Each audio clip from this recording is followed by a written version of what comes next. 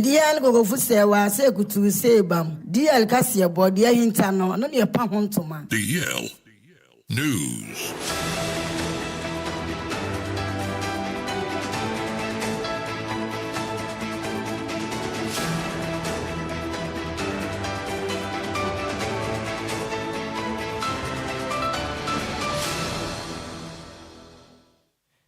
Yamamo akwapa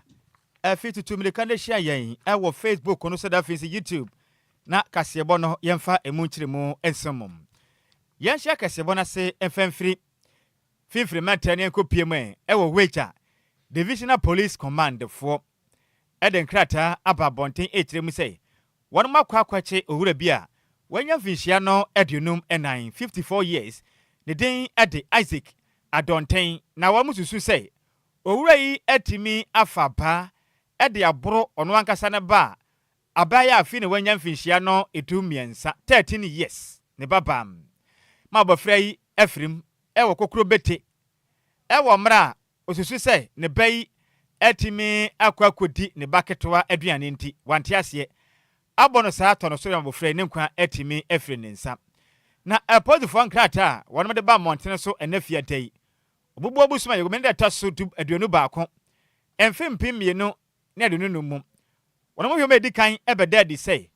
Adonten wato no boase edemma ede aboro ono ankasa ne baba yi saa mo kirem po say ode metal pipe ta pipe we no eyadade ne bi ne ma pi ne ka ho a ode sibra ne baba ya afi ne wanya mfinhia du miensan ekuno agye ne nkwa ede afri ne nsem na aposifo kirem a de entiam ko pie fue ho nyina ne say owura bi ene be yoma sutire say wo mba sene nkwa hwede ye koso fi say owura yi asibire ne basama ne bla no watu ahwese ne nyina akata ne be wagye ne ho bibia da entimi enje aposifo ma de yakopie mu ampa ne ampa nu ne ampa nyasem kuma abofra no da ho no ma ontumi keka ne ho a ekuro na tutuni wama madi peja no edni kopie mu police hospital nanso okodu yepe ana doctor fo kire mi say abofra no waye twede amponyankopon ediam na empre moden ekohum eye kotokuro ana afenso dade aba ne nema bia owura ne den ede Isaac Adonten ede bro ne baba ye a waje ne nkwa ede efe ne nsemi na mekase de mprefo guso am wonam enhwehwemu na wonam hu dekode a enam so abofre no ofa so ehwere ne nkwa na mprefo kokobo ede ama abatan ahwefo se wo mosira dasabe se wo bafuma woni kwan se de mra be hya wonsa na watumi asibram no ekono agye ne nkwade afro ne nsam ti efri ne ko ana moto we utupe aban mra ene obedi yipam na mo kire mi se yemfa nto Ghana fo nyinanim mo amfa kwati kwan eburu nipa esibram mofra no Ghana mrachi na wa wunu na beye bi nso emla so opachi a oman Ghana beye so poso wanhwa wunya dabre ewo manyim Yantua kasebo ne so na Ghana Police Service for abekasa HM say eyade o masha asie eye nhwehwemu ede afa video ebeto odwa ana owura bi ede eye cigarette ede shabofra bi ensem na police for HM eyade o mo bom homodin ye pan so monsa ebetimi akowura yi se ne ebe yo mbehwe na abofra no matimi abone ho ban efro ha mu na mo de totememfo ni nanim so mo momodin ano mo hwe wa obetimi ehu owura ya na asa abofra na obetimi akọ police station ben o na wodi omo akwa police for na mpo se obetimi eya police for asutire na omo akasa akọfa wom na yade a Ministry of Gender, Children and Social Protection abekasa tia kwan ya faso a eye nipa numbi esifa etete mofra enu ntu na mo de to awofo mo ye hwesefo enetimemfo ni nanim se omo momodian heso betimi abo mofra ho ban e de free oha mu na eye press statement omo de betu dwa eye ndefiada obubu obosom ni da etoso aduonu baako e won fimpimienu ene aduonu num ni mu na ministry for HM and Jessy ene de anyade a eye kresan sabofra ne nkwa edasan mu so obebo modin edi nubone edi ahya abofra de adan ana wode abofra ebefa atiti mu sei ekobasa na chese eye emra na wose wudi su no anyade a wudi so akola na ni onyam so ana wo se no ntisa na ema bi sei koso a ehu behia pa se nipa oye saade no ye betimi atwena so ye papa esan so mu chie ma o hwe ye children's art ɛyɛ 1998 at ɛyɛ 5 sister bibi akyerɛ sɛ wɔ sɛ otimi bɔ abɔfra no ho ban sɛ huhum mo sɛ honam ani o bibi emu wɔ sɛ otimi bɔ mɔden a ɛba na adwi mu nsɛm nyinaa bɔ ne ho ban sɛ ne ɛbɛyɛ ɔhaw bia ɛntimi ɛnto abɔfra no saa nso na ɛyɛ ɔhwɛ ɛyɛ early childhood care ɛne ɛyɛ development policy no nso so a ɛyɛ adeɛ no nso boa sɛ ne ɛbɛyɛ a mmɔfra ne mpuntuo bɛtumi abɔ ɔmo mu ɛwɔ ɛyɛ yɛasetena ma yɛwɔ mu nti sɛ kɔba sɛ wo panin no wodi nnubɔne ɛde hyɛ abɔfra no a na ɔde abɔfra no nkwa ɛde to esanye mu nti ɔmo bɔ mmɔden ahwɛ nhwehwɛmu ase sɛ ne ɛbɛyɛ a ɔmo nsa ɛbɛtumi akɔwura no na aba ɛyɛ Facebook ne so a DLFM 106.9 yɛde video no ato so nti bɛhwɛ sɛ ne owura no ɛde ɛyɛ cigarette na ɛde hyɛ abɔfra ketekete ɔno kuro ni ma de kɔde osumpo kwadwo yɛda posifoɔ ase ɛne anɔpɛ yɛde ho nkɔmmɔ wɔ deal ɛne da so wɔ hɔ ma obiara ma no nhyɛ no so na mpanimfoɔ ate ɛti ɔmatu ho anamo a nyankopɔn na ɔnhyira wɔ no mo paa na gender ministry ɛde nkrataa ne kɔma asi adifoɔ na asi adifoɔ nso ɛtu ho anamo nyame wɔnhyira wɔ mo na ɔma mmɔden anasabe nipa a wɔpɛ sɛ ɔmu di nsɛmhunu wɔ Ghana ha se ne mmara ɛne wɔ mu ni sɛdeɛ sɛ ne mmoa na ɔman Ghana yɛnkɔ no mfiri sɛ wei deɛ ɛyɛ adeɛ a ɛɛtan yɛmpɛ sɛ bɛsɔ so sɛbe saa nsɛmhunu wei so ɛwɔ bɛnyim na yɛnto akasɛbɔ no so ne mfa yɛne mfa nkyerɛ mu am ɛwɔ asantement ɛmeka sɛ deɛ adehyɛ mɔma ɛkɔ school ɛwɔ Kumasi Academy etwa ne tia ɛka ne sɛ kumaka mate dɛnɛ ɛwɔ sentiment anum na ne nyina ne sɛ mahyɛ badwani adema adehyɛ a wanom ɛwɔ asanwase a ɔno kura nso ɛyɛ ɔsoafo no ɛna ɔhwɛ ɔman Ghana yɛama nwɛn nsɛnsɛm so ne den ɛdɔ nomnyamfo Mubarak Muntaka Mohammed ɔno ka bom ɛna afei nso ɔne mpanifo pii ɛkɔ akɔpiem sentiment am Kumasi ayɛ asɛmɔda ba ɔne ɛyɛ ɔno ankasa na ban na musini mekyerɛ municipal chief executive onimnyamfo Ben Abdallah atimi akwakofa ɛyɛ 400 unit dormitory block ɛde ahyɛ adehye a wɔnom ɛkɔ school ɛwɔ Kumasi Academy ɛyɛ twanitia ɛka ne sɛ kumaka ɛwɔ santimeter na ɛyɛ 400 unit dormitory adehye betwɛn baabi de ɔmo tiatro no ɔmo kyerɛ mi sɛ ɛhɔ fɛ yie paa abɛfo nsa no nyasɛm kumma ɛne 24-seater modern papa bi ɛgyanabea ehyim ahu ɛgyanabea ne sitini maako adunu 9 24 ɛdɔso papa ɛno akyi nso battles adwaye hyim a ɛmɔfra nyi baabi de ɔmo wie pɛ ɔmo baabi akotwa ɔmo to asanya baabi adwade ade yɛ fɛ pam f papa na mra oniminyamfo Mubarak Mohammed Muntaka ɛkyemre ɛne DLFM nyamani boni ɔtonkra edi free asantement mu ne den ade babara krante twetwen komo no na onimnyamfo kyerɛ mi sɛ ɛnemoto motwe no ɛbɛboa school ni pa efisɛ sabe wobabɛkɔ school no onye papa mfa ne trento de na de sua kora bɛha twen ɔpɛse ɔboa na homasua ɛkɔ nkan pa wana bato mpesua so nti ɛna watu saa na moyi na wo kyerɛ mi sɛ yanka nkyerɛ Ghanafo a mɔma kɔ school aban bɛyɛ na fam de bɛpɛse wɔyɛ na ɔde boa ɔman Ghana mɔfra sabɛyɛ ɔmo da akye nso ɛbɛyɛ da akye papa o kyerɛ mu a kumaka school yi adesuafoɔ pii na kɔ school no ma na mekase bibire na nam so abɛyɛ mpanimpa a wɔnom ɛsom ɔman oniminyamfo Mohammed ɛsɛ yanka nkyerɛ Ghanafoɔ sɛ oguso ne aban atwetwe nkɔmɔ a afei nso ɔsoafoɔ no ɛna ɔhwɛ ɔman Ghana ɛhumasua ɛsoɔ sɛ mɔmɔden no moanom na kumaka school no ɔmfa nka ɛyɛ category A ne ho sɛ bɛyɛ bɛboa na akade ahoto a wɔnom ehia no ɔmo nsa ka na no bɛboa ma kumaka school no abɛyɛ krabɛhwɛ ɛwɔ sante mantam nim. We give our daughters and sisters equal opportunity as the boys. If you know Kumaka very well, you know that they have 5 boys dormitory. Nice. So that gives the boys a lot of room to be able to operate. In fact, I remember when we were thinking about this program, it was so difficult. It's difficult to put it. It was so difficult. Let me be holding. Imagine that the girls were struggling with issues of convenience and all that. And I was telling them that when it came to challenges, I thought that the boys we should rather be having the challenge. They said when it comes to issues of convenience, for the girl and hygiene is so super. So we thank God that it's come to fruition. At least can accommodate at least 400. And it has a washroom, and it also has a place where they can iron their things, so they don't have to be doing that in the same room. It has places where they can keep their boxes. I know this will not solve all the challenges that they have, but I believe that's a good start, knowing very well that within 10 months or 11 months of the new government, we'll be able to get this thing done. our hope is that Kumaka, and I'm working with the Minister for Education, put it up to be one of the category A schools. So that naturally comes with some additional infrastructure. But as you know, the community is growing. The community is so big. Yes, I know it's not only our community members that come. We've worked so hard to make sure that our secondary schools, the number has gone up. And when I first became a member of Pound, this was the only secondary school that we had. Today, by the grace of God, we have 6. And we are working so hard on each and every one of the secondary schools to make sure that they have the right infrastructure, so that our girls and brothers and sisters do not have to go far away for education. As you know, there's so much poverty in the community. If you have to go far away, it becomes a huge challenge to parents and guardians. So our hope. Any awoti ye or no, and I have a journey at the Madishia. One ewa asawase, ewa sante matenum, the day a day. Only me for Mubarak, Muntaka, Mohammed. Nanuachi and a headmaster at the Kumasi Academy. Mesa Samuel, Kwame Gato, and so Afakwanya Weso, Edena Siapa, Edema Oniminyamfo,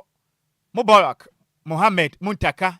Sawaya dear power, one home defisane, Oshe, a year 400 unit demoto blogger or Musa can the Babu Papa Visa, where Dana, Fankasa, ye, Mofrey and the bed, Jehubatom Papa. No sans of Akwanya Weso, at the Adisre editor Swaya, a share or Magana, and Mumasias was say. Oma modia na amfanfa onum get fan so na kadia pinombe hia na boa na school no etimi etumpon no kirem say edu ba bia a kirekire for mo school nya ba bi for mutin tunti sebe ye beboa na mofa na dusua konkanti wo be hia say oma modia mesi bia ya hodo a kirekire for no beda na boa won de mani kotua wisi e de mofa na chi ma dusua konkan Ewo Kumasi Academy Senior High School no emu. We just commissioned this facility, 400 capacity, but we need bank bags to be used, otherwise to be ineffective. So I've mentioned that also, we are expecting the ministry through Get Fund to supply the school with bank bags so that we can really make use of the fund. We have closely 5,000 student enrollment and over 3,000 of them are boarders. But we have less than 20 staff on campus, meaning that how to manage and maintain STEM is a challenge. So we appeal to the authorities that be through the Get Fund that we need some facility to be constructed in terms of panels or teachers on campus so that we can have enough of the non-resident tutors to residents on campus so that we can maintain the boarding system. We're also talking about a library and ICT facility, which was commenced or awarded to the school since 2008. It's not been completed yet. Any awoti ye or no, and a headmaster at the Kumasi Academy. Dodwa Ebonamane say,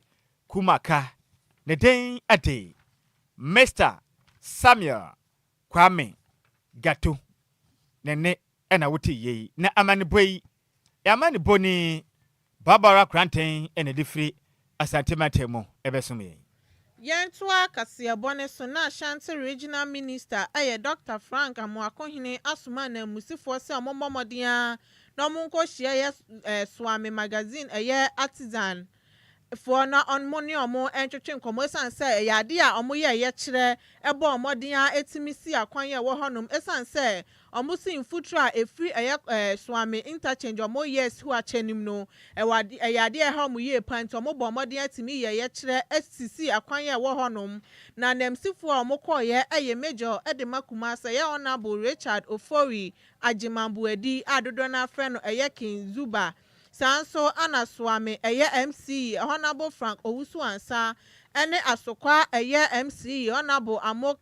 Kel ene omo kan bebre na no mo bo omade a mutimi ekoye na abra omo ne omo wansa no djuma ewo honom no ana KM major Honorable Richard Ofori Agimambuedi ene omo hia na ochire omo se ade Ashanti Regional Minister bomode aye djuma se ne be ya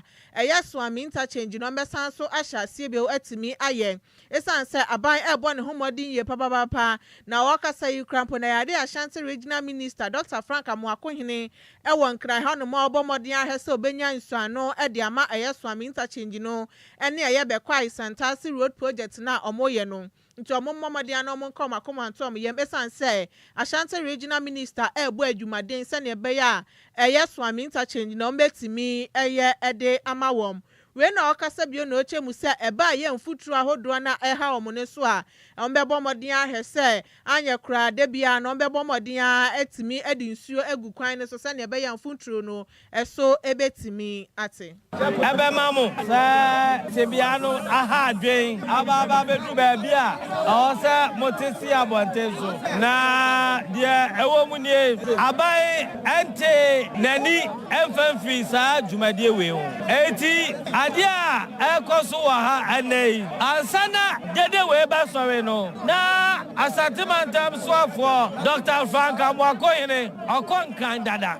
ninka oko ni nyina no eye sa kwan we ene be kwan about santa se run about enu wona mo ena okwa kotuo ye ni panifo a ehwe Swami municipal assembly so akasa se enimani mi ye obumpensuo na ye fa megu emfutro a eha ya de fie no ye ngu eso ye fi ha ye ni contractor no so arrange se ye be share enimani mi ye na ono so eha owo efa water bowsers no na ya boa no aba wetimi adijuma no eti yes yamu se mo hai juma ye dia ye sita juma any spare parts eti ka kwani abedie no eso ofa so ma ye nyina eti yes yamu se mo kama koma entomo yem anamo bia o se ema dwumadie no eko se de o se eko na mo hotomo bia ye beture enumanu ye yes yamu ene ya uti ye eye major ede makumase ya honorable Richard Ofori Ajimambuedi na enu achi anansani dwumafo ne so echi omadwen ede fa awhawa ye mfuturo no ede ebrewom ye bo huni nei me na me yasa almo nyina me na mo yasa adem e bi se mfutuo no e boy de bia mo bia mo se na ntwi wa ba ne wo so mfutuo boy wo ye wo bibia na me ka cha samre man na wa ase no o so ka che Frank se ejuro man o ma jai o miskali ho enti o mo timi ye mfutuo so bu na bia o bia ya complete ba na ntwi hwe na o mo ta so ba e bi se o mi se me eni sini enti o bia complete ne e ma me e bi se ale ne ka ka se ne ba lo ku so ku na chi e bi se ale e lo ku no e ba mo na ka ho o ma ka ye nti obi aka o ma ka e bi na jina e ba se le mo mu se ye ni abre te bu mu se sa na e ba so de ya de ye e be se abai e ma Frank ti ase se every day bia no mo subeku so ma enye hi after kwa o se de ya je bi so sia every day bia left the right ya se subeku so ma ye popo ya wa no ti mu se bi sa ko so e ye me me o so le mo ku so 10 times a day ma ye pe se left the right ya se so ne ba so ka se pension so ne ma ka se so se ye ka se pension ne so no ase se mo so ma sie na ma ka so mo pe so woni se ya kwa na da asem ni nyina no DLFM 106.9. Yama sa bibi kesi we esi nyina ne se ekwan ya ye ne hai futuro pa wa ha nye ne nko a wo ha sa futuro no ye se wo sore a upie kura untimi ene ma omoto no ha nyina obi a metobi ha to so dwane yedi in fact ha adwen futuro no pa titiri ana ama ene omanfo nyina ne abre a omo eye de omo yi se pa mpempe de besa ba ye ne se ye nya ne ntie se rangofo na ye kwan no ese omo pake omo ne manyina akọ sanse omo se sika ni ho adwuma no omo nya sika omo se afi ene bosumi mienu ni omo nya sika da ene ya uti ye eye Swami magazine for onsanu dwuma for mo ewo honom na manibo ye nsem troni Samuel for wibuaten ana edebesomie yanto akasebo no so ene yenyina mu ewo nkran pomponi matemum na enkan Minecraft mechire akra mayom eyo no minyamfo market papo alote ede kokobo ede amagana de hia wonom eya senkafo etwihyen Agyei Sika edi free a passenger for nchen ye kire commercial drivers o kire mu sei enipa binom nam kuntu na ase etime eja eye passengers for no sika bia in fact emfam rekwan mu eye unapproved fare omunyai kra efri sei so manyai efri neko womba modin abetom agu montene so wa wo hyenke no mbeche pa sei Agyei Sika bia emfam rekwan mu no Ghana mra ene ubedi sede se no kire ma sa sika ahyenkafo yi beje edi free passengers ne nchen no ede ahokira pa ekun agbakoto eto anwena parada so no ena de ba Ghana de hye esom no kire ma oman ya timu no oman ya wamra wo hwe oman Ghana ahyenkafo mutwi hyen ede fa passengers na o kire ma wono ba loss no 2017 Accra Metropolitan Assembly Kwayensa Chiremu Sabi. Obi fu woshanya baby all quantify fani koduru ho. Na sika esu tua na wogye ne pepepe na we munya ne sa. Ka tu firi Accra o se me kwa circle. Woduru pe o se ye kwansanwam wo beto aso ana wo besi. Na se wo ka se wonto aso agya na wasiw. Wo beto aso na wasa charge wo foforo ba koduru fe na botom sika se botwe. Oh. Na jodi na okodi dwa na ode ka ba fie. O kirema hwan na kire Ghana ni sa. Wo fa passenger kodu kwa finfin munsimra. Monkafo ka na esu minko biu. O kirema wanyina ye nsem huna ahyenkafo ni bi di o man Ghana mu a. Wan betena se afa task force esikrom na wa wunim na ye Ghana hyenkani na befo bi se me kwata krade ukodu kwama se menko meduma nkese minko bi munsi na oduru hɔ no ma we sipe o se san befo me kɔ no wasan agene double fare no o se free na ekɔ driver na sunne ton tentan wa wunim na mbeso wudie mo Ghana mu no o me be se poso o se yanka nkyra Ghana de hye se yesi wa ye bi agyae yankase wa ye bi atoaso ma yes and nani ko twa wuse dia hwɛ mo saa che na se de on so sabe sansem hunu su bie wo man yi mu o se yanka nkyra mo se bronya na bai wo betom ho agu montene so aye nkyekira ho ba mo nsɛm wa wu na bebu mna so de nkra parliament mu unkom o kyerɛ ma hyenkafo ni bi wo mu ni o mu nwane any drivers union o mu ni ko bi a mo dwa na man kasa nnenam se floating drivers na sabi nsɛm hunu saa se wonnim na mra so mu Ghana ha titiri ni kan parliament mu a ekura yim ebayere pa e de ma wo ekumen charge shikane sana me charge yo ekumen he first year madeni sana me yo na kanshika nkwa me fair fine okay this is not the time ni me ba fe unnecessary profit she we one Ghana we one Accra nya ha ni wasuma woy ke owo mu ko je la pass ke bas Accra e mo the same fair no way 106.9 nkwa me fine one che task force ke je wo mi ke police di what team up together o fe won ba mole no charge is no ni sa no charge the law ke bo ba ye o mi pa me fine amedomo ke you money no na me fair I made this from Shikara me here ma the next sana me yo as me all ba fe no ke how many your street no yeah sure we are coming up with something we are thinking of feeding over 2,000 people on the streets so it's a program that we are bringing on board any awoti ye ayen crying pompone mantemo mankrado mechre mayor of Accra ne den edoni mnyamfo market Papo Alote na nuachi ena mpelefo muka bia wudi dwuma ewo aso ye ena finso nadmo mpanimfo na hyenkafo enkom kompanifo so e de afutuo sei e ma hyenkafo ne Ghana de hia omudi omu enkwe ewo nkran pompone mantemu drivers here wo unions here wo le drivers here wo kawa drivers here we don't know ka am fe no union drivers here fio chibe pie floating cars here ame jimani here shika ka wo botomo oya amasama ka wo bo abaya pokuase awa hebo 10 cedis awa chano na ka hoda no show amasama of the shika 20 cedis chi ena me fe ehi ka ha wo ntumo no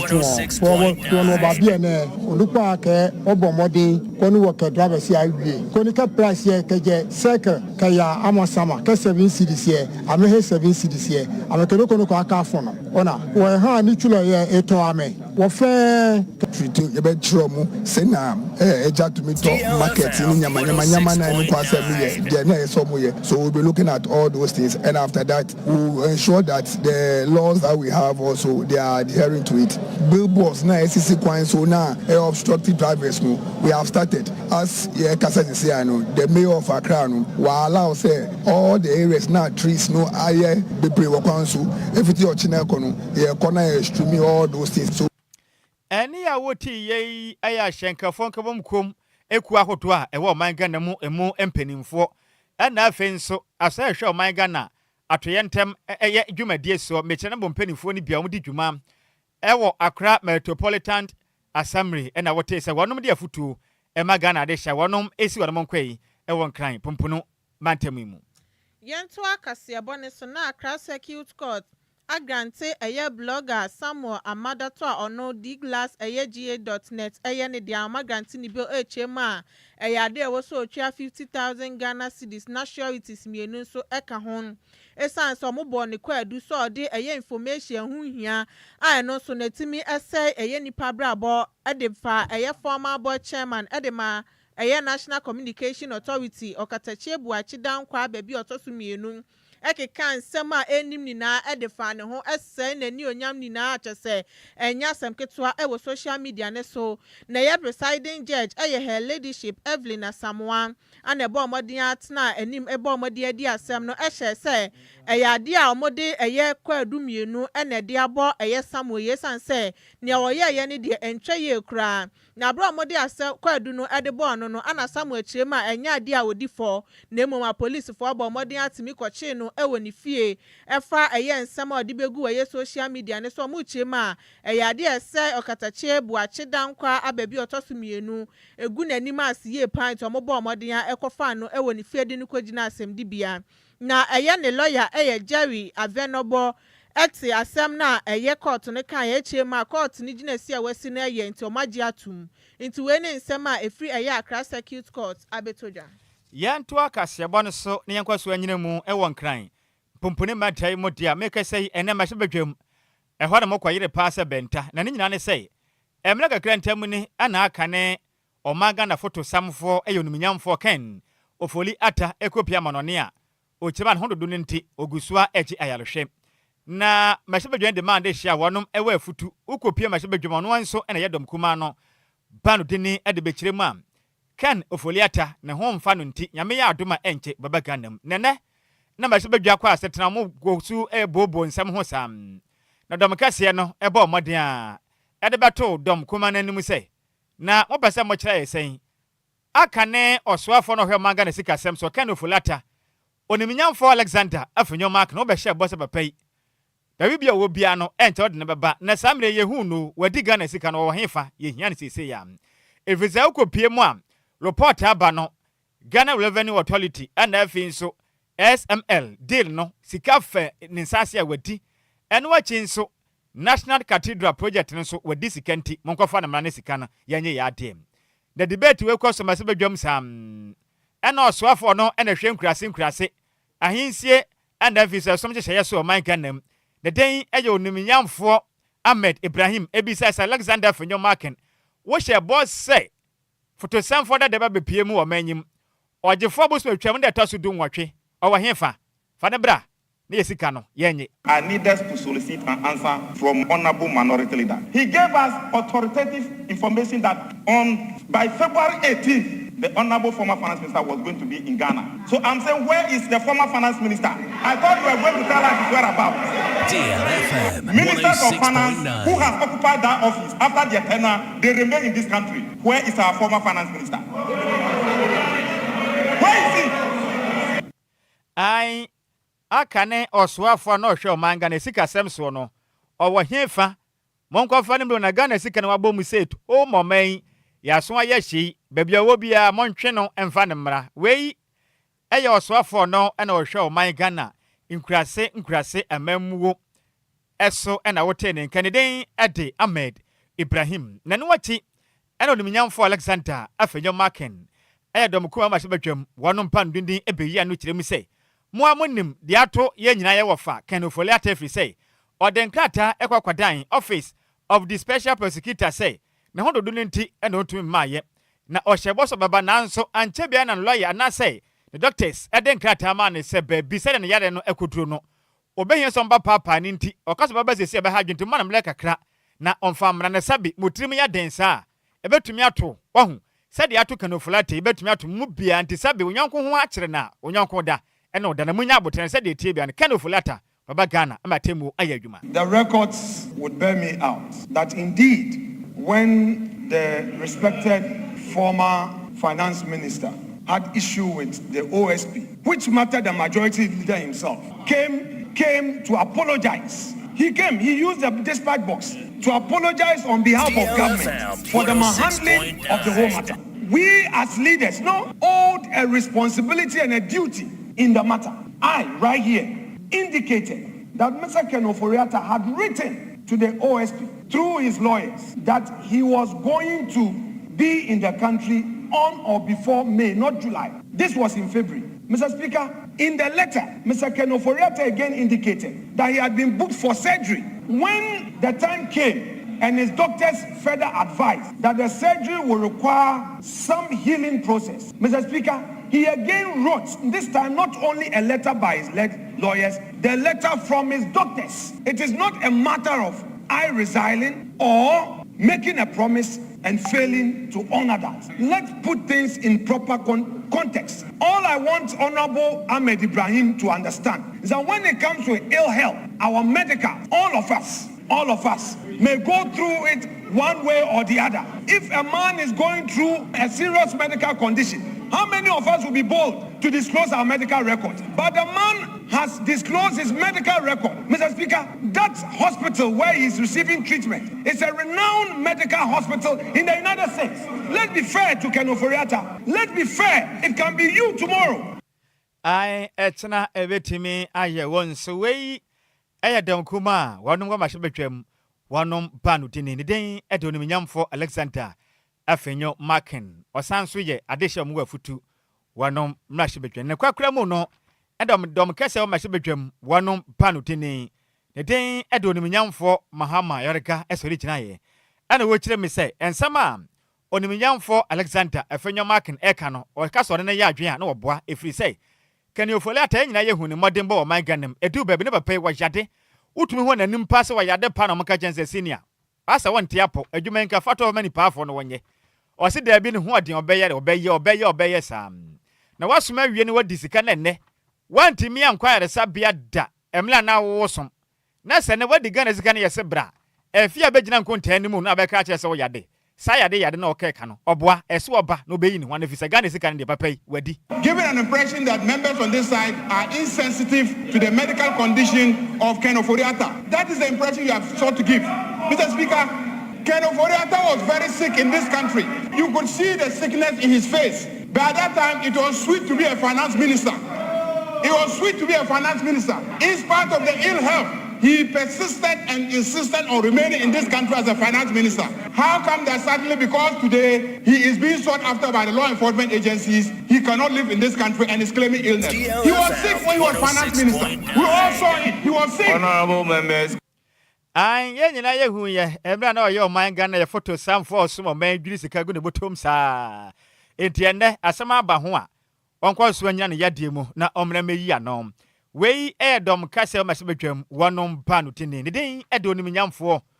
Mahama Ayarika ye yenyina wesu ne yankenka madwenkyera mode abesom ye ne bi emfanso mo ewo Facebook no eso ma memfa ni sei wei efrim wo faase Dora yajewa eje diaba na o se enimpa nyew edu atumi abomoden ade ababoa wo ba sa ku no o dabi 2025 eya afia ehu pa de mo men na Dora yajewa de ababio no wase na kopon pa onhyira Ghana Post Service ne o ma moden akwache owurai ena afi nso abrante a o kire ne ba sigalete no no so monkwache no eno ano mo yere monkwache no na mra eno no endi na Sweet Elizabeth me wafa so ya oye Dawson eyi o de abase good evening o say my so handsome Uncle Sam usuru kura na nka be hu de meyo ena oye elegant Sikapa news ne de in fact so tasty na Sweet Betty ni Edif Lebanon zone 4 ena o de abam na Barbara Grantain Edif Santemantem apatrapa na o kire me say greetings to lovely Adjoa Agyei Sikapa and afin so ni sweet uncle Nhyiraba Kwadwo Sammy B kasebone mu oda panemom krache waku ni bede ni trimu edinti omfa no nkwatum ne nkwa na nyina na kyena ohwe ade a wapin ho fisasabe de waye enya ni pasem na Richmond ohene kujo ede aba na say good evening to you my handsome wafa osi ade your the one and afi beautiful sister Adjoa Agyei Sikapa the news it too tasty like anomanam Otiyan atwen live edi free totowa medase me wafa se Richmond ohene kujo nyame nhyira opi ene adehye mabadompem ebehimo Facebook nyame nhyira mo enimre na asa me wafa se same de bia ba man kan ya mprobe frɛ me wekire ho no ne me akopam Boaten Samuel Ofoli Boaten ene odi abai o se best news ever na ohwe live edi free Central Region finfiri mantemu am na ya asen nyabrem ho no na wo hwe yen edi free a enche akese enkoma na aboroso inside Pristia himan ona ye wonom assembly member and afins na two o cheche mu nyina asen anyabrem nyame onhyira mu animrei bebe ye dre ye twa ye ho na ye ba ensem no aboa piece ofia no ne nyina eyagro pramaso nsem ne yaba de obetinie DL Power Sports emuade ejawom dead DL Power Sports on DLFM 106.9. Pressure, Mizaka Sante, Mizaka Sante, watch your money, Mizaka Sante, Borike!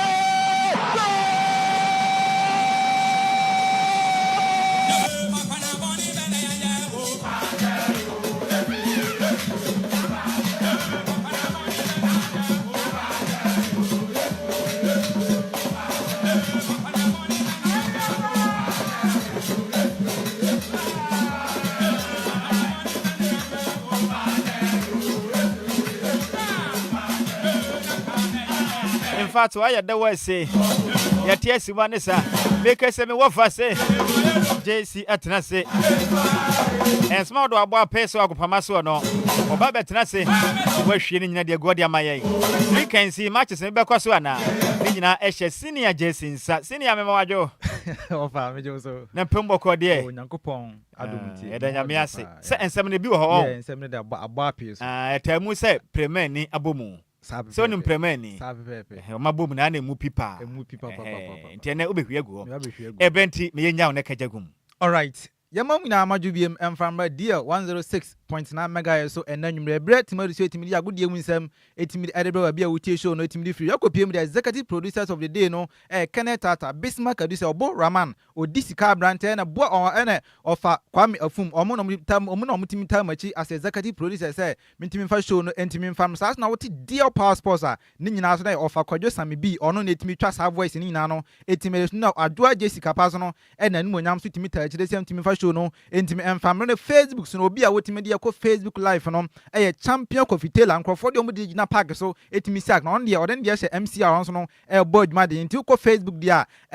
champion coffee tailor ena etimi atwa etimi mo live a wo so kwa betimanya show ni betima hwama bia no etimi akwanka yentimi shase dia ne ye shase e the free access bank division 1 league games na ade over the weekends no betima akos na say ena city akopiem dia ade da wo chena no Victory Warriors ebra no miensa etimi bo no betima tena fie no mato omsa e the free team ada Chimai Liberty so no amamutimi da rentan sama bia na etimi akon sa so no kopiem da Park Academy e betima tena fie no mato omsa e the free Brekum Arsenal so no etimi sa so no kopiem dia ade Lagos City so no e betima tena fie so no ewo Wenchi Sports Complex no mato omsa e the free team FNC DBB United no mo so matimi da kan se no atima sha sa so no kopiem wo doma dia e honom ene doma Unity e betima tena fie no mato omsa so no e da from Wamanafo Mighty Royals amasa game no etima akos we say so no any aside division 1 games e betima ba so e zone 1B no ukoko PM e zone 2 no so a say ene games no e besi akoko PM dia ade Park Academy betima fie no mato omsa e da free Police National so no e honom sa so no kopiem dia FC Ashgold so no betima fie no mato omsa e da free Future Stars e ma bia so no etima konkan Soccer Intellectual betima fie no mato omsa e da free new edubiase ama om the game no so no etima rentan so ma bia na etima konkan Rose Park FC betima fie no mato omsa e da free Abusuan Dwarfs e honom sa so no kopiem da Sky FC betima fie no mato omsa e da free Ebony FC so no ama sa game no bia so no etima konkan Enquires betima fie no mato omsa e da free Second D 11 Wise e honom sa so no kopiem dia ade UCC Youngsters so no e betima fie no mato omsa e da free Elimina Sharks so no ama sa game no so no etima koso no kopiem e Division 3 so da na say Division 3 so na Zone 3 na say any games no e be si akoso kopiem dia dia team FNC Golden Cakes e betima fie bra no miensa etima bo no mato omsa e da free FC Nanya sa so no kopiem dia Golden Warriors e betima fie no mato omsa e da free Accra Lions sa game no so no ade betima koso no ma bia na etima konkan great ambition for betima tan fie no mato omsa e da free sympathy e honom sa so no kopiem dia ade Hakla FC betima fie no mato omsa e da free Port City so no ama sa game bia so no etima konkan so timo sa so no kopiem dia ade team FNC Okwa United e betima fie no mato omsa e da free na God ama sa game no so no bia so etima konkan timo sa so no kopiem dia ade Home Stars for so no o betima tan fie no mato omsa so no e ɛda frɛ Wafa Sporting Club ama bia na tima konka Great Olympics bet na fie na ma to omosa ɛda frɛ True Democracy ama sa game no so no ɛtima kɔ sa kopie mu dia de dan ra so no ɛna de round of 16 MTN FA Cup so no fixtures no 18 ba out in say ɛna MTN FA Cup no round of 16 so no fixtures na say ɛna city kopie mu dia de on the 26th up to on the 3rd December no ɛna sa games no ebetimi akɔ so kopie mu dia de on the 26th no game we say na betimi aba so International Allies ɛbɛtena fie no ma to omosa ɛda frɛ Accra Lions sa so kopie mu dia de Dreams FC ɛbɛto omosa ɛda frɛ Sympathy FC so no ama bia so tima konkan ade a Team FN so Kwa United ɛbɛtimi atena fie no ma to omosa ɛda frɛ Port City ade a Home Stars ɛbɛtena fie no ma to omosa so no ɛda frɛ Golden Warriors ɛwɔ hɔ no ma bia no ɛtima konkan Wafa ɛbɛtena fie na omo so no game no ade a omo ne Kosim FC Kosim United ɛso ɛtimi da gingam so ma bia na ɛtima konkan kopie mu dia de FC Ashanti Gold 04 so no ɛbɛtena fie no ma to omosa ɛda frɛ Benab FC sa so Nations FC ɛbɛto omosa ɛda frɛ Team FN se Ebony FC so ma bia so ɛtima konkan 11 Wise ɛbɛtena fie no ma to omosa ɛda frɛ Team FN se FC Samate so no ama sa game no bia so ɛtima konkan ade a Mediama FC bɛtena fie no ma to omosa ɛda frɛ Second D Rose Park ama sa game so bia bɛtima konkan sa so kopiem Boligatanga de honom ɛna Bolga Soccer Masters ɛbɛtena fie no ma to omosa so no ɛda frɛ Yape FC ama sa game no so no ɛtima konkan sa so no kopiem dia ade on the 27th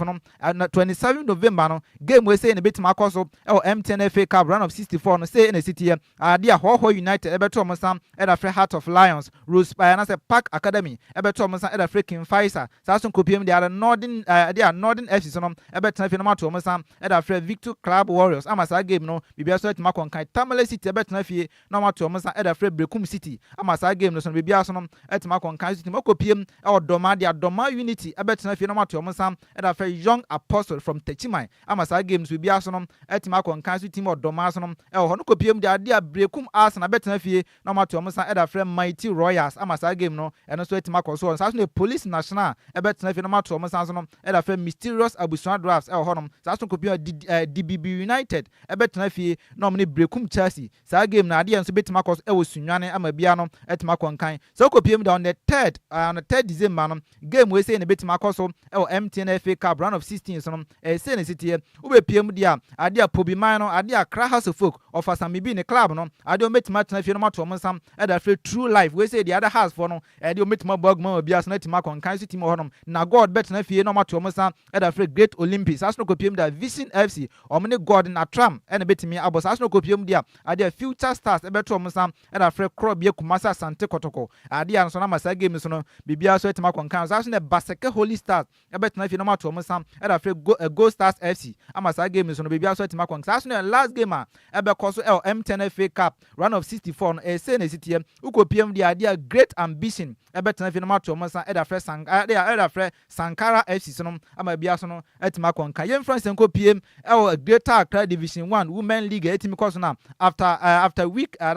4 no say ɛna league table na city ukopiem group A dia ade a Rich City Women omne edikan after 4 games no omukra 4 points asno kopiem dia Teshi Constant for so omuda second position omo so na ade omukra 9 points saso kopiem dia de GRA Ladies no omuda third position omo so na ade omukra 9 points and Immigration Ladies no ekra 6 points embre nti no yenhuri yentimi nko zombi no anase group B no so dia yentimi mfa no so no omo league table no entimi mfa mbre so dia say and group B no so no esiete kopiem dia ade a Sisamba Ladies ade omo na edikan omukra 12 points saso na Faith Ladies omuda second position omo so na ade omutimi kra 9 points saso na Cafes Ladies no omo so omuda third position ade omo so no omutimi kra 9 points ono ma eno so ye break bi dia ma e wo deal 106.9 mega so enanwre ye influence enko PM Ghana Premier League ade over the weekends games a ebetima ba so dia say enete Sunday no Dreams FC so no ade o metima tena e wo University of Ghana Sports Stadium no ma to omo e da first Shadow All Blast saso no ko PM dia ade sa game no ebetima live on TV3 saso no benya bi so no etimi ahwe e wo Nua TV ama bia no etima konkan ade a Hoho United ebetena fie no ma to omo e da frɛ Team FN say 11 Wonders Vision FC ebetena fie no ma to omo e da frɛ Team FN say Heart of Lions saso no ko PM dia Aduana FC so no ebetima tena fie no ma to omo e da frɛ Brekum Chelsea ama sa game no bibia so etima konkan Nations FC ebetena fie no ma to omo e da frɛ Go Stars ama sa game no so no etimi akoso ho no saso no ko PM e wo wanchi dia ade a Young Apostle ebetena fie no ma to omo e da frɛ Gwada Continental Club Masters House of folk ama saa game so no bibia so etima akoso ama akoso so wanchi wo nom saa so na ade last game ebetima aba so no say ene sitie koko piem the FC Samates ebetena fie na mato mo side afra kro bia kumase asante kotoko ho no mama bia so no etimi akonka yen france ko piem so no nsam kitinkiti mu dia ade ko piem tachima 11 wonders so maso ya dia enche pi no mutimi yi papa efen say Joseph Emmanuel Sapon so piem Ghana hanum say that don't have coach J Sapon so no entima be on manager no so entima be on coach for the next say so metima we season no na emo enne no ade a Enquires say timi kan say news na breaking news etimi ban say papa efen say J Sapon so on team efen say 11 wonders for no omutimi to nkwanto mapa nya so metima to so no etima wetima to so etima di juma as head coach edamata tachima 11 wonders so on ma ye break bi da ma na nwe ko piem di ade local derby baako ebetimi abaso over the weekends Ghana Premier League week 11 na ya ba be bon Adjoa Stars ebetima to fie no mato mo san eda fetima efen say brekum Chelsea eno ene coach awogina mo de ma brekum edema brekum Arsenal brekum edema Adjoa Stars efen say Chioba Aristica so no watimi nsem pia tima tudwa nsem ma papa efen say Chioba Aristica no ye head coach edema Adjoa FC so na eda tudwa nyina no say wose we say a local derby enti kwa bia mafaso yo metima we ni that game no say be betima bo ama first spot no mo da Ghana Premier League so metima maintain no o metima faso so no etima we ni that game we say so no nsama papa efen say Chioba Aristica on your head coach edema Adjoa FC so no eda tudwa ye break bi dia ma ko pie mu dia ayadia sports minister sports and recreation minister edema Ghana so no papa efen say honorable Kofi Adams wetima babonten etibi din sempi so etima tudwa o se Ghana etima qualify ye kwako PM Mexico Canada and USA 2026 no akwako World Cup no nkofo pi etima ka say Ghana ye kono de asa ye kwako participate keke enya na se ye kono ye kwako bo bra bi ohonom ene Kofi Adams se ye nka nkire obi ase ade asa World Cup na yetima ko 2026 no enye se bi ye kwako kan man no ho amometima so no metima bo game no nemum ye kono ye the best players ene yetima ko na ye koso na ntimi nkonko ba se bia bo Ghana hanum se ya ye se by force ye ntimi fe local players ntinum na ye frost ha ke se omode money timi kwa animu a ade ye betimi so no etima fro we say so no nsama papa efen se Kofi Idi Adams no etimi edetu dwa ntie yenko tie nsama papa efen se Kofi Idi Adams etimi edetu dwa. Well, my position is that good and great players should not be left out anywhere they find themselves, whether they are local or foreign. Indeed, we are not going for this World Cup just to participate and come on. That's why we must assemble our best. It should not be like we should pick people from local because they are local. All right, we say enen sama Kofi Idi Adams etimi tudwa edifa Ghana 2026 World Cup yetimi ekonontie nyimtimi na sansem we say so netimi fa local tibitini na no entimi emrawe. Lumba in Super Natural Mineral Water. Get a grip. Lumba in Super Natural Mineral Water. Get a grip.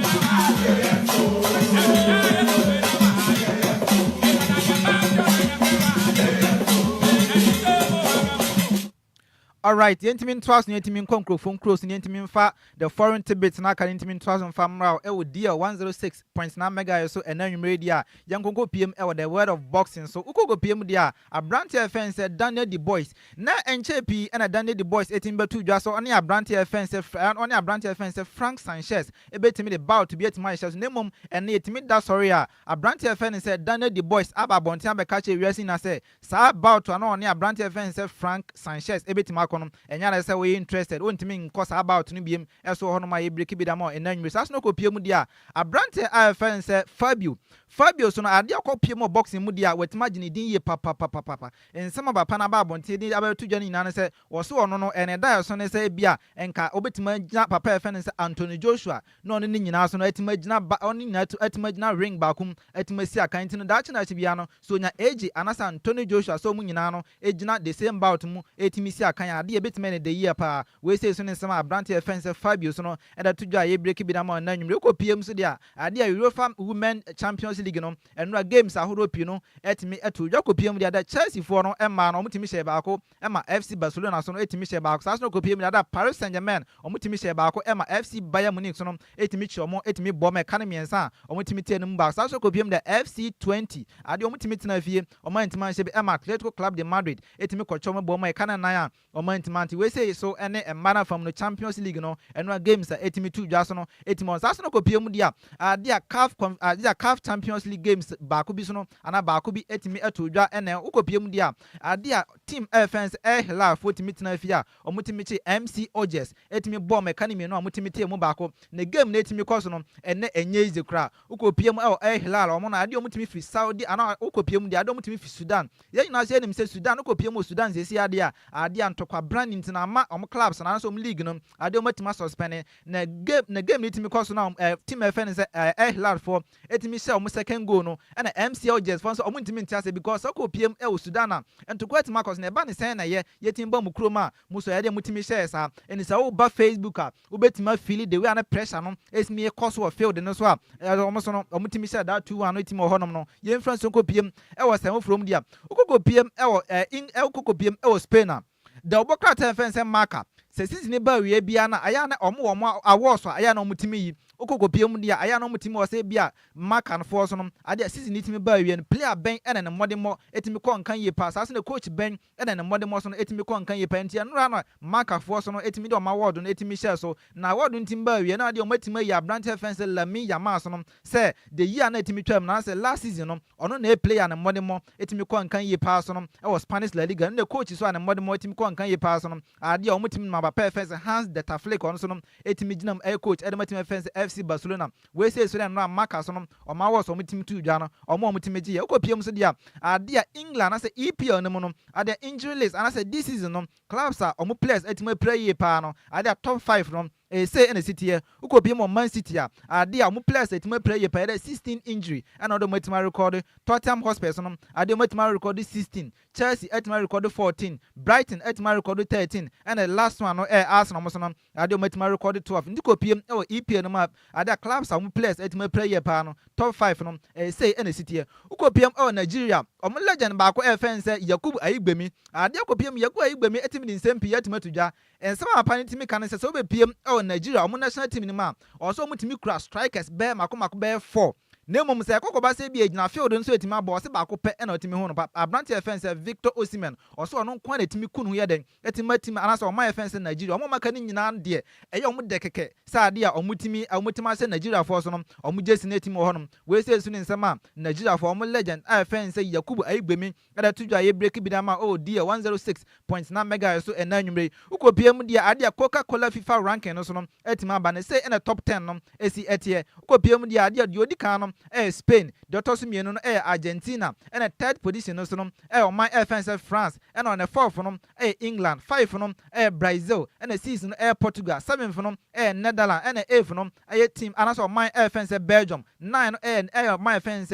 Germany, and a 10 no Croatia. We say so no and FIFA and Coca-Cola FIFA ranking na et my babo ntia break bi da mam dia we say no yan confirm from mass pa fence Anna slot et my babo ntia da to just say Abrante fence Alison Becker or say Abrante no ade ani injury no timi koye na say the wetima san bounce back enti da wo chena omo game o metimi abo no sa Abrante fence Alison Becker no so timi nya match fitness nkwa de a ade obetima ginam so no esi aka da matimi fence lipu nti we no niji sam kese so no e da matimi fence lipu yan fa last story no entimi ntwa so mfa ma ode a ukopiem FC Barcelona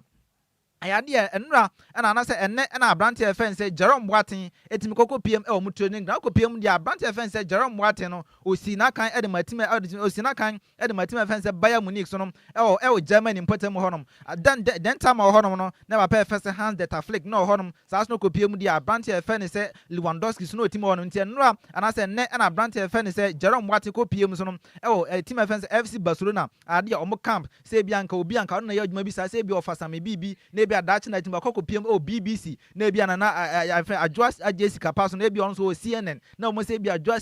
Agyei Sikapa so no e kwa kwasra of Sammy bi so no e wo CNN na unse ayasa na asa ama anije so yeden etima ba nti abrante fan say Jerome Waten na otimi kwasra abrante fan say Lewandowski na papa fan say hand the tafle so no omunya no matima ya adwuma so etima bo mpenti kokopu dwan no Facebook a obetima de wi na atmosphere na city so obi etima no obi etima ya adwuma bi da na omunya etima do highest level na obi kwasra obi no na anije na top notch ye pass etima ho no omo say ade kwane wasade kramp na waboboa no na ebetimi akwakwesi ntimi ntimi fa nsem nya no ntimi si na share eda wo chena 9 to 12 o'clock p.m. The ntimi fa nsem no the standard version of the Dear Power Sports no ntimi enfamre ebra Mr. Imano Kwame Afum Bojas no etimagina konwa wotimi abojam ama biaso no etimi akonkan better me wo fa se Jessy na ote so de akopama so nsem no ababa som yen ewo kasebo no eso na Jessy tena se wenya nkoye na birthday bi wa metia ba me ba on komo bi wa kire bedi so nim se na ye Friday yes na ye Friday na ye Friday edu Friday anyi obi no betu bi fo wo de twen me ma me koye birthday we mi wie pe ayi nka boso honom nene ensem ofia ha ansen asode na kofi bo ame nene eye DJ Zigibi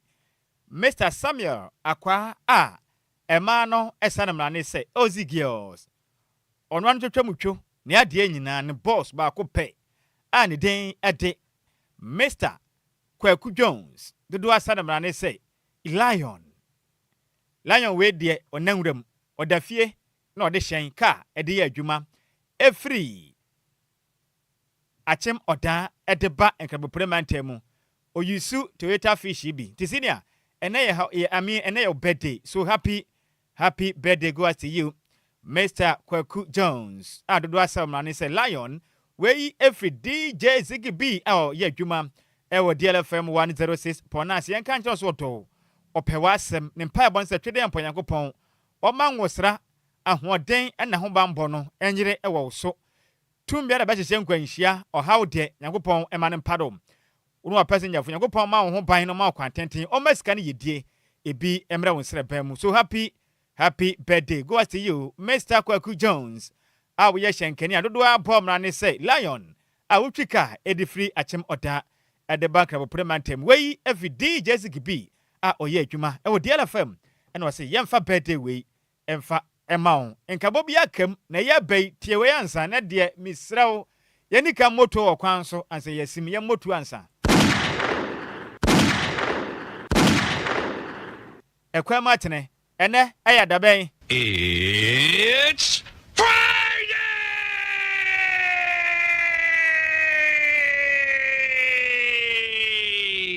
ahaya patupa na se na yehu se na ye Friday ni nso de edu Friday ye wanwuma ye di shia Friday no ekwan yentie mra baby Friday mini ano Braima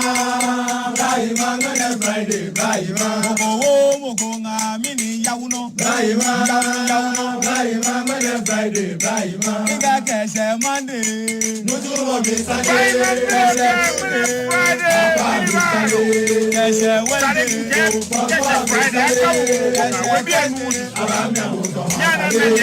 Hey, Friday na dre enebe yedwe I swear enebe yedwe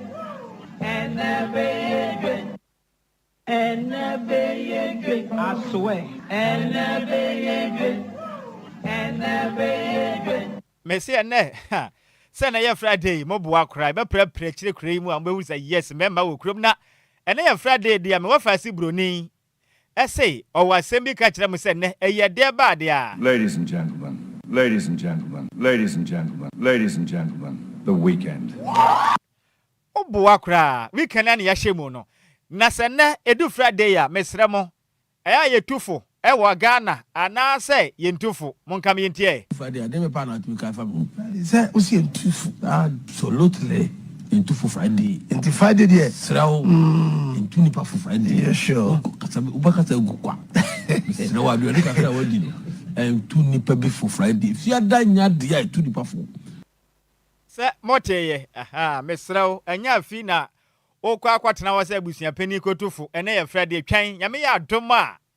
Monday kono frɛ yenye beba but free ne akopem kosi atade ya prepare chire ha ho kra obese wa hodin kakra wadi no ho ban wate na nwina ngu kwa senior Ofa esate de ekro no meti de ekro ofa de matombo sa hwehwe ne mama Friday nti edu Friday bia se na yekọ no se weekend oba prepare chire kakra na nti yentufu ampa dabi okotu hwan for Friday dabi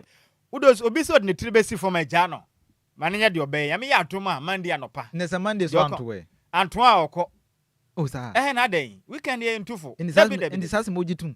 na nyintum sei mejintum sase mejintum Friday etufu pa o le tena unua na ofia akurase baaye no o se oba me mfa nkra we emfa nya wo unua na me chiri no me ne magunsuom no unua na me chiri no me fra akurase abakrom e ma akọkọ mo mehwe ya me skafo me chiri so here you already me nkwa akurase bi wo banka bra akurase bi me nko bi wo mu koko na aka wuram mo nkwati mare ye sabi asedo ote wo fa si we nkra to no meti oya sofu pani o oya sofu pani me nsira nye sofu sa na esi ana o si enkan wuram no na se woni ma ne cheli wi a de himbe na wona mbesa achi wo besa pa na premier ni ono wadwene daache ho ode daache ye de amanga de obeya awade betini pieto yemfa hanso mra opele mame uko mi awase no fu mame oh mame me na mi busa na sema mama mame me pa chao na ma atwum kakra na mabo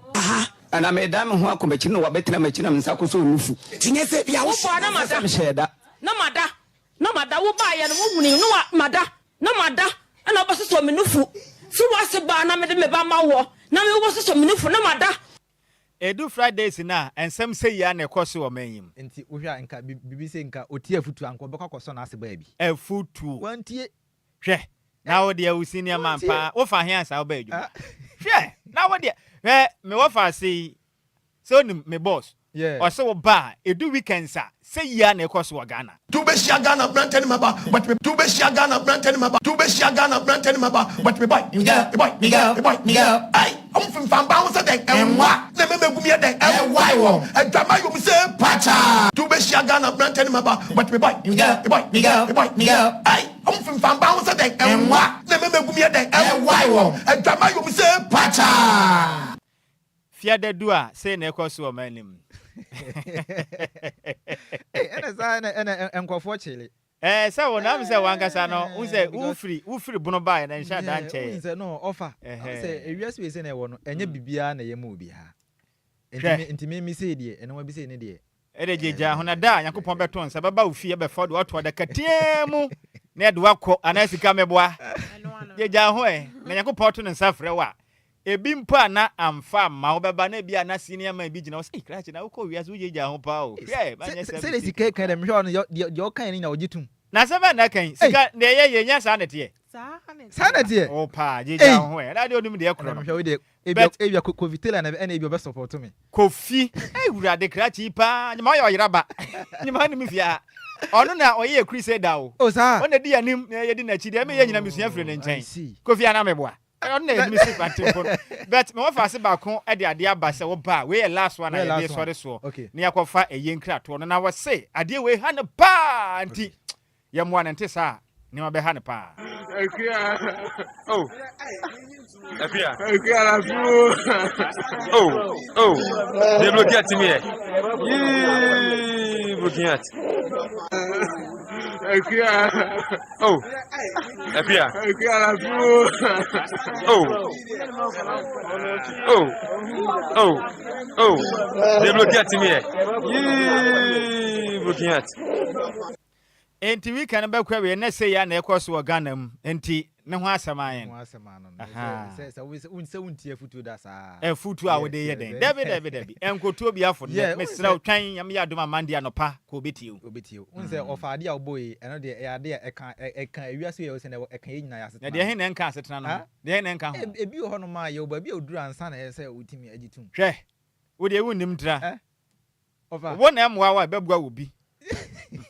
tina me kan say Ofa Matthias here ena ya da ben it's Friday eno ano no mi wie na me kwanso a latest bi a me wo fa se de ba na mesa de agyamokwa na ma prapra chire kura wo obi abechia na wo obi abechia yeah offer me che wiase obi a wotimi tie adwuma de bi a memfa ncha sonko emfa ma no oh okay but we need of obi abetumi achia no me ni obi amechia no we need of na we ni obi abechia no asma mbisa wo anu yiye ni yesample we need of obi abechia no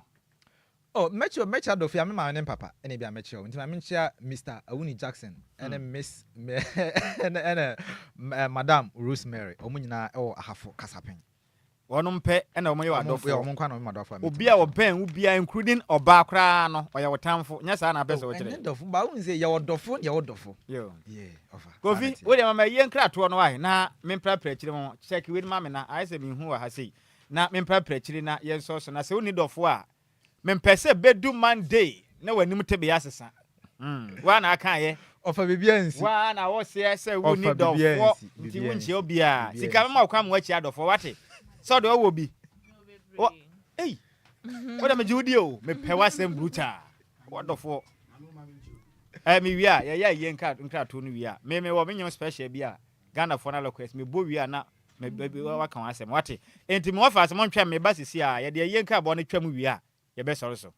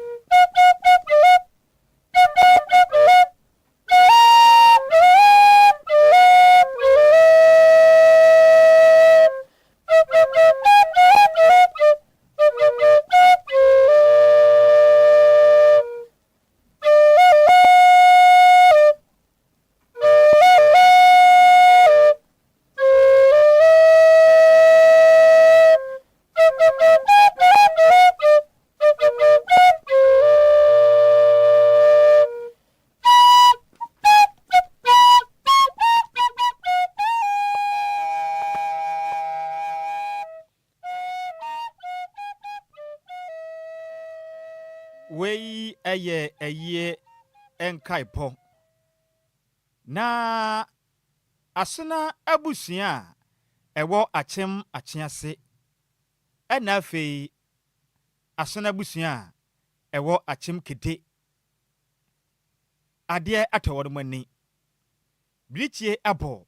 abusia yi na wonomonam DLFM 106.9 so ese omati aseman Ghana man nyina yese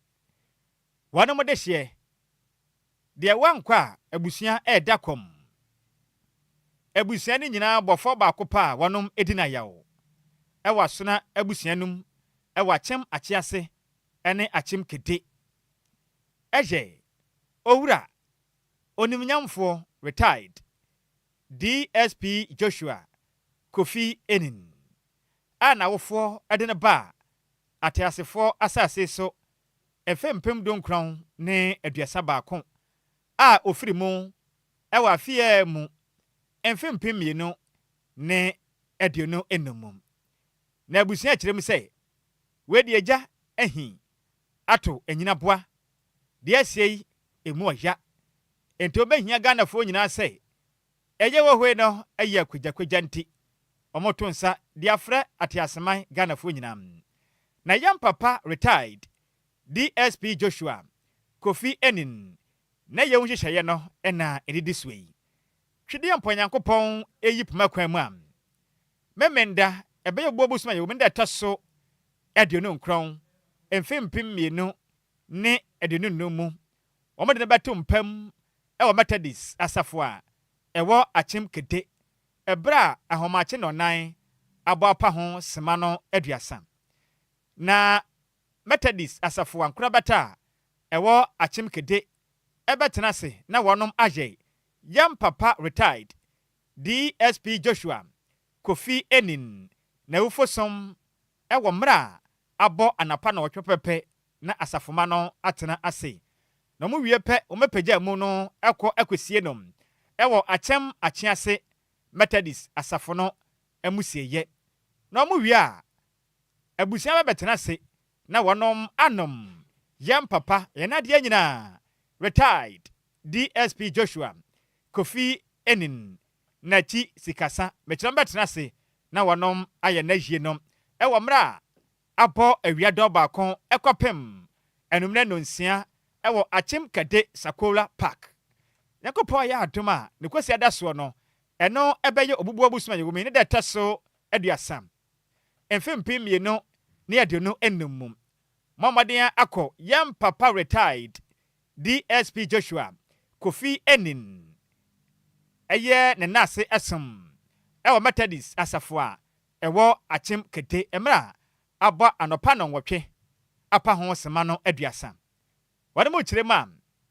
Omu wie pe wo mesa betena se bi okwesi ada na ewo Achim Kete Sakola Park emra ene so aba wia no mako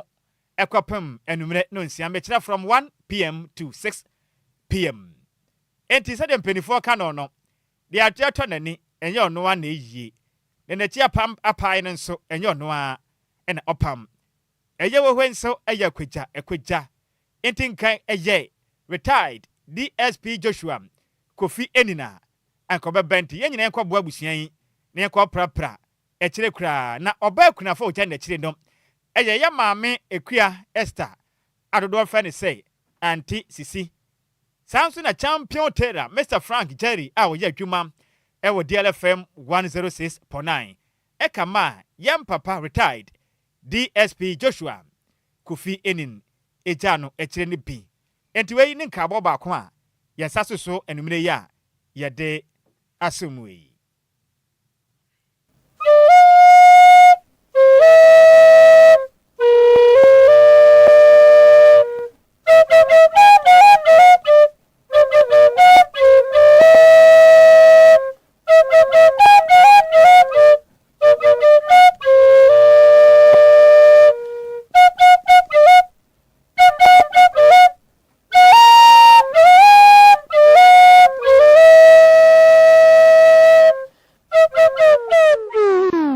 Etiefo ya dama sepa say moje mre ne de nkabo a yensa kan ye no eba ebesem mo na mpempren de kasebo ne gina wetine bunukom say pon na san ye bekọ no me wafa se DJ Afiba tena se